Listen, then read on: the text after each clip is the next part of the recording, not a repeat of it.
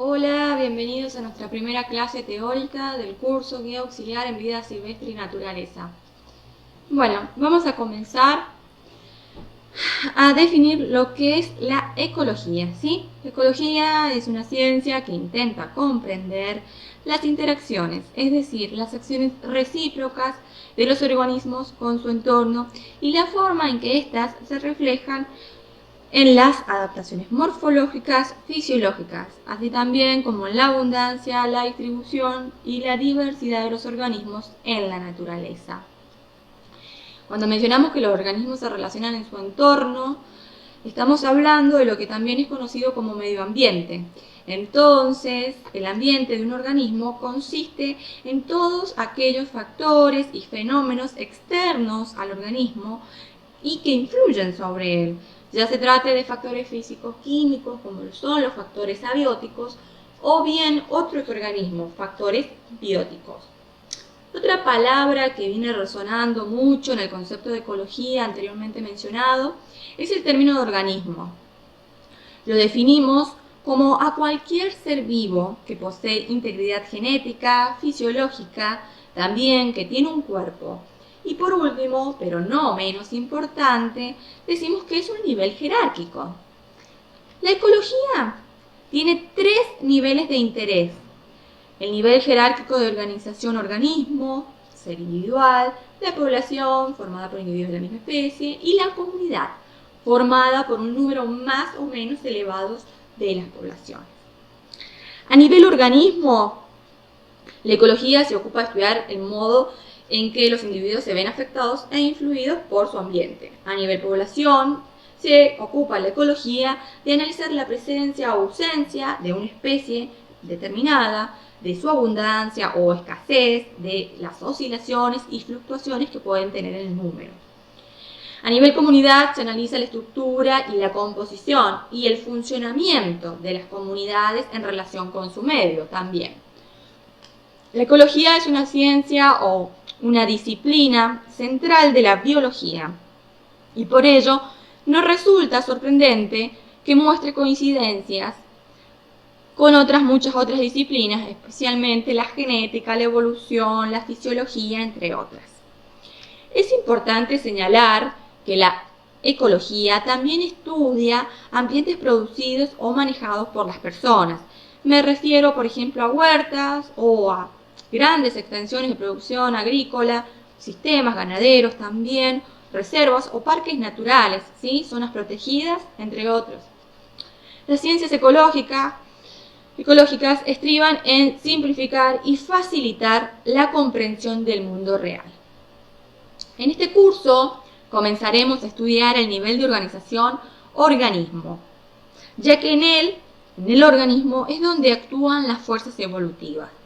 ¿Cómo visualizo esto yo?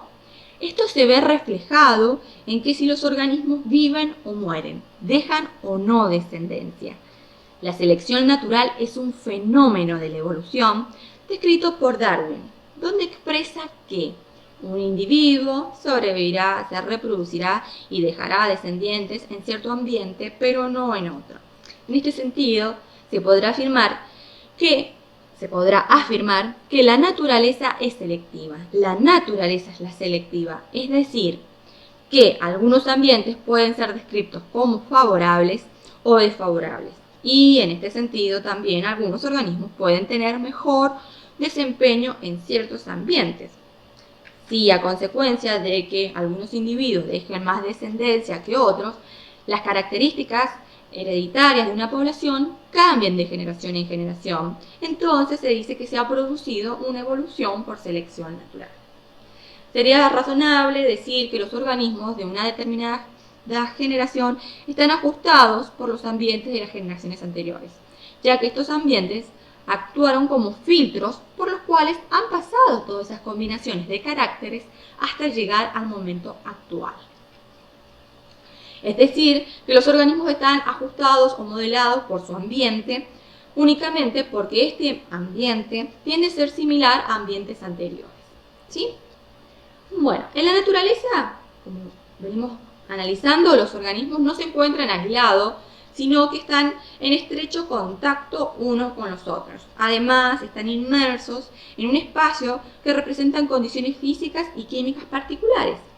Las características del medio ambiente son un tema de interés en la ecología porque afectan, como ya veníamos viendo, el desempeño de los organismos. Como parte del medio ambiente distinguimos dos conjuntos de factores, los abióticos y los bióticos. Estos, a la vez, pueden ser recursos o condiciones. Definimos entonces a las condiciones como un factor ambiental abiótico que varía en tiempo y en espacio y al que los organismos responden de modos distintos, ¿sí? Las condiciones influyen en los organismos, ya que estos son los que los perciben o experimentan, ¿sí? Y no implica un consumo. Las condiciones y los recursos varían de un lugar a otro y de un momento a otro. Los organismos no están distribuidos al azar, sino que, como mencionábamos anteriormente, hay cierta correspondencia. Podemos decir que los organismos se diferencian según las condiciones que toleran o prefieren. Son ejemplos de condiciones la temperatura, la humedad relativa, el pH, la salinidad, la velocidad de la corriente, la concentración de contaminantes, ¿sí? Una condición puede ser modificada por la presencia de otros organismos. ¿Cómo es esto? ¿Cómo visualizo esto? Acá, por ejemplo. La temperatura y la humedad puede cambiar bajo el dosel de un arbusto. O, tal es el caso que quizás el pH del suelo puede cambiar o ser modificado por la presencia de cierta planta, ¿sí? Las condiciones no son consumidas y agotadas por los organismos.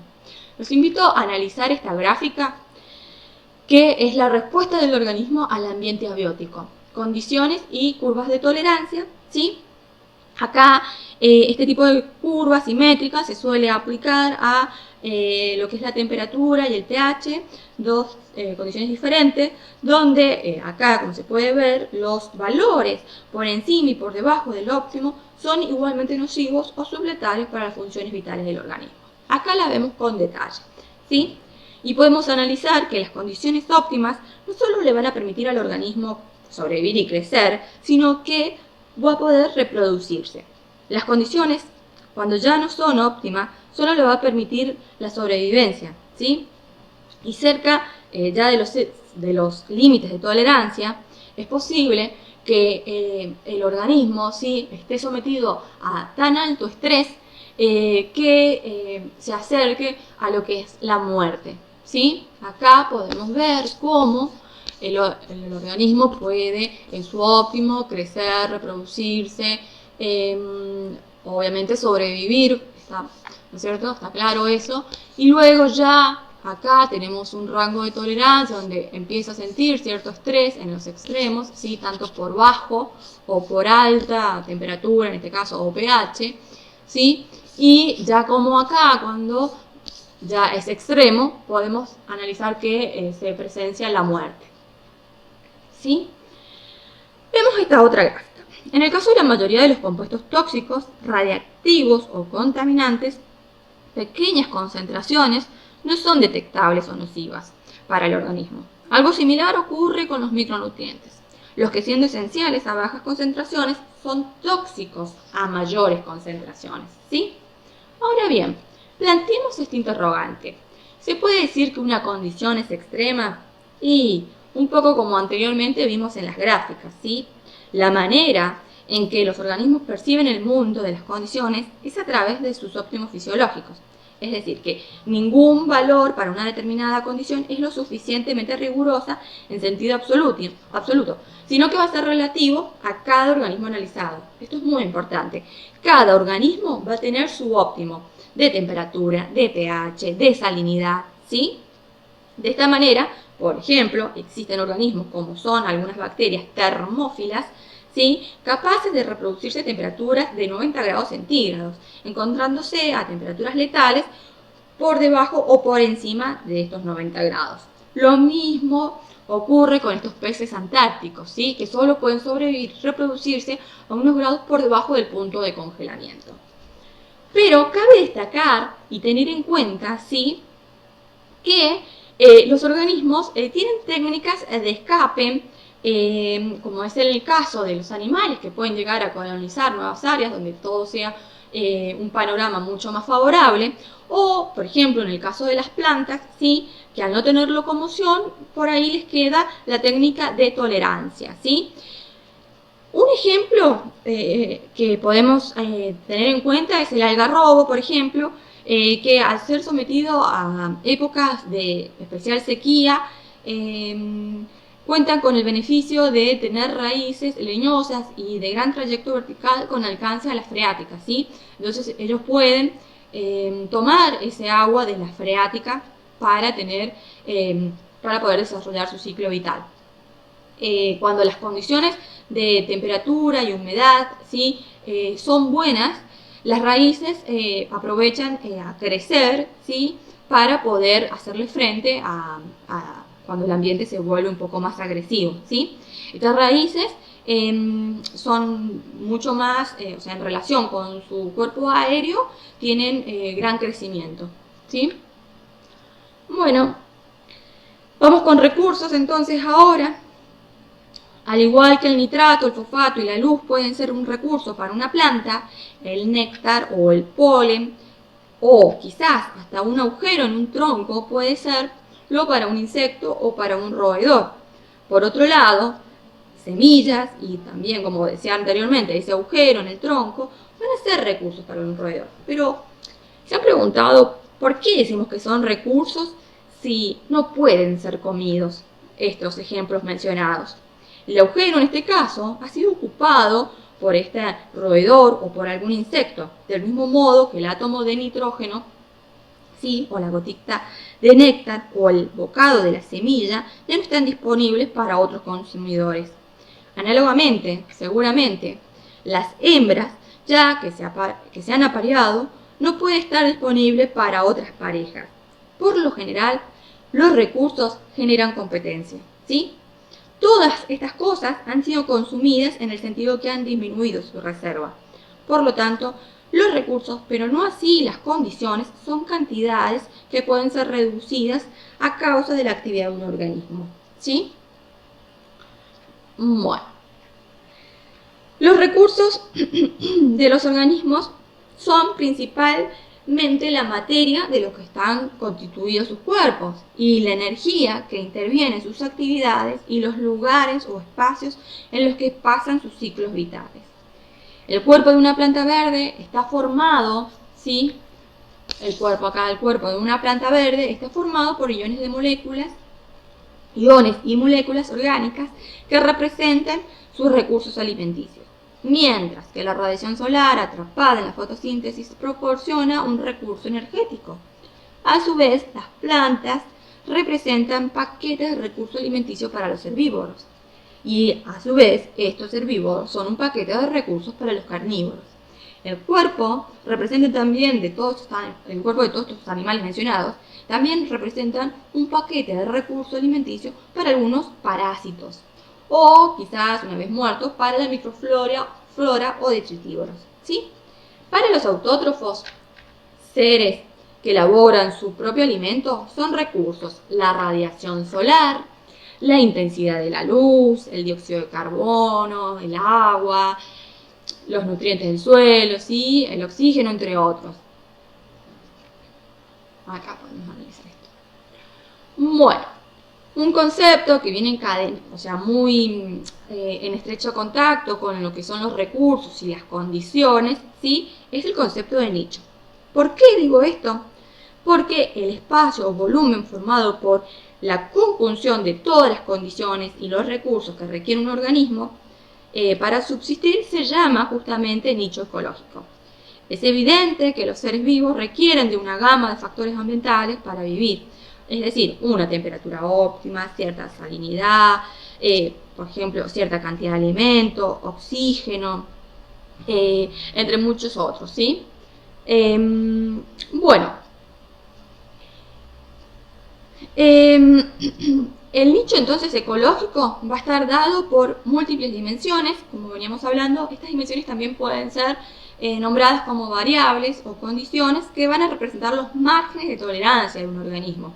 Y las series de condiciones que imperan en el ambiente. Vamos a ver acá gráficamente para ver si se entiende un poquito mejor.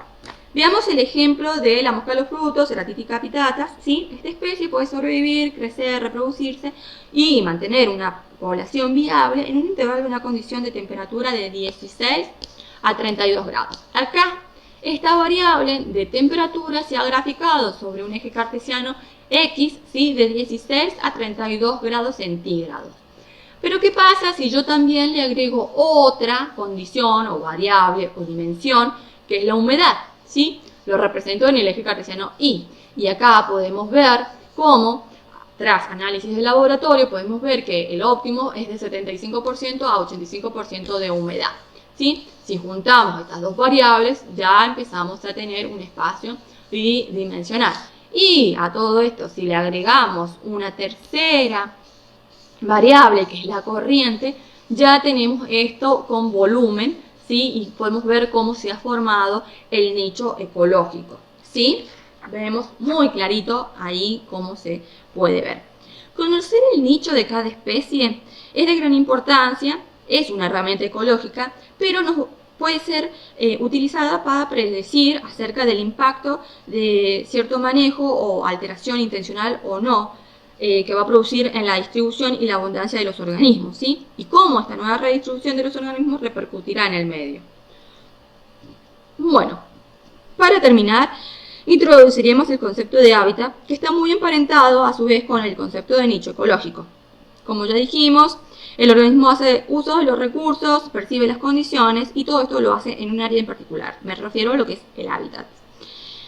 Esto es un lugar físico concreto, ¿sí? Tierra, aire, agua, a una escala particular de espacio y de tiempo, donde un organismo vive o puede potencialmente vivir. ¿Por qué es importante conocer? Ahí está la definición del concepto, ¿sí? ¿Por qué es importante conocer el hábitat? Bueno, es importante porque nos permite avanzar sobre, por ejemplo, aspectos como la conservación, permitiendo evaluar el impacto de las actividades humanas, predecir cambios, restaurar sistemas perturbados si es necesario, y también una aplicación es recuperar especies en peligro de extinción.